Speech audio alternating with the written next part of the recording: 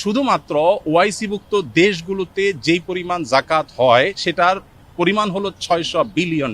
আমাদের দেশে সেই জাকাতের টাকা আনার কোনো প্রপার ওয়ে সেভাবে নাই। গতকাল মূলত রাতে আমাকে মাননীয় প্রধানমন্ত্রীর পক্ষ থেকে আমন্ত্রণ জানানো হয়েছে যে জাকাত কিভাবে আরো ইফেক্টিভলি বন্টন করা যায়। বাংলাদেশে জাকাত কালেকশনের যে অপার সম্ভাবনা আছে সেই সম্ভাবনাটাকে ব্যবহার করে দারিদ্র বিমোচনে জাকাতকে প্রত্যক্ষভাবে কিভাবে এঙ্গেজ করা যায় এবং আরো সফলভাবে জাকাত ব্যবস্থাপনা করা যায় সে বিষয়ে পরামর্শ এবং মতবিনিময়ের জন্য তিনি আমাকে ডেকেছেন এবং একান্ত মিটিংয়ের জন্য আহ্বান করেছেন।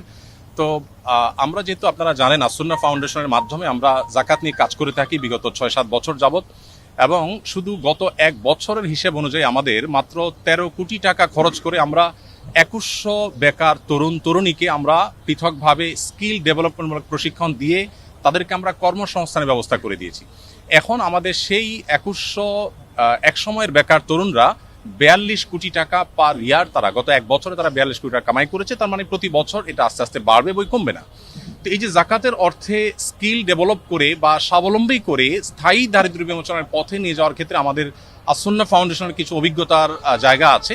সেই জায়গা থেকে আমরা কিছু পরামর্শ, কিছু মত আমরা দেওয়ার চেষ্টা করছি মাননীয় প্রধানমন্ত্রীকে, এবং সেই মতগুলো তিনি শুনে তিনি খুবই খুশি হলেন এবং তিনি আমাদেরকে মাননীয় মন্ত্রী ধর্মমন্ত্রী মহোদয়কে এবং অন্যদেরকে সংশ্লিষ্টদেরকে নির্দেশ দিয়েছেন যে যেন জাকাত নিয়ে সরকারের জায়গা থেকে আরো ইফেক্টিভলি কিভাবে জাকাত বন্টনকে আরো সুশৃঙ্খলভাবে করা যায় এবং আরো ইফেক্টিভলি করা যায় সেই সম্ভাবনাগুলোকে খুঁজে বের করার জন্য তিনি নির্দেশ দিয়েছেন।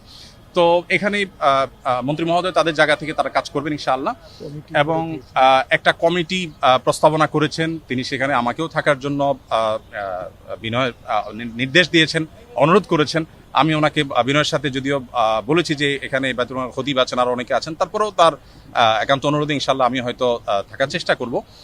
দিন শেষে মূলত আমি আমার জায়গা থেকে যে প্রস্তাবনাটা দিয়েছি সেটা হলো যে এখন যেভাবে মানুষ যার যার মতো জাকাত দিচ্ছে এটা তো আছেই, এর পাশাপাশি চ্যারিটি প্রতিষ্ঠানগুলো যারা জাকাত কালেক্ট করছে তাদেরকে যদি একটা রেগুলেটরি জায়গা থেকে গভর্নমেন্ট যদি কিছু পলিসি করে দেয় এবং কে কতটা ইফেক্টিভলি কাজ করছে এটা একটা কম্পিটিশন যদি তৈরি করে দেয়, শুধুমাত্র ওআইসিভুক্ত দেশগুলোতে যেই পরিমাণ জাকাত হয় সেটার পরিমাণ হলো $600 বিলিয়ন, 45 লক্ষ কোটি টাকা পার ইয়ার শুধুমাত্র ওআইসিভুক্ত দেশগুলোতে জাকাত হয়। আমাদের দেশে সেই জাকাতের টাকা আনার কোনো প্রপার ওয়ে সেভাবে নাই। তো আমরা প্রস্তাবনা দিয়েছি যে যদি সেটাকে আনার ব্যবস্থা করা হয় তাহলে আমাদের জাতীয় অর্থনীতিতে এটা ব্যাপক ভূমিকা রাখবে ইনশাআল্লাহ, এবং সেই সাথে দরিদ্রকে সাময়িক কিছু টাকা পয়সা দিয়ে তার দারিদ্র আসলে দূর করা যায় না, বরং তাকে আইদার স্কিল ডেভেলপ করে দেওয়া আর না হয় তাকে স্বাবলম্বী করার কোনো একটা প্রসেসে যাওয়া, যেটা আমরা আসুন্না থেকে করছি।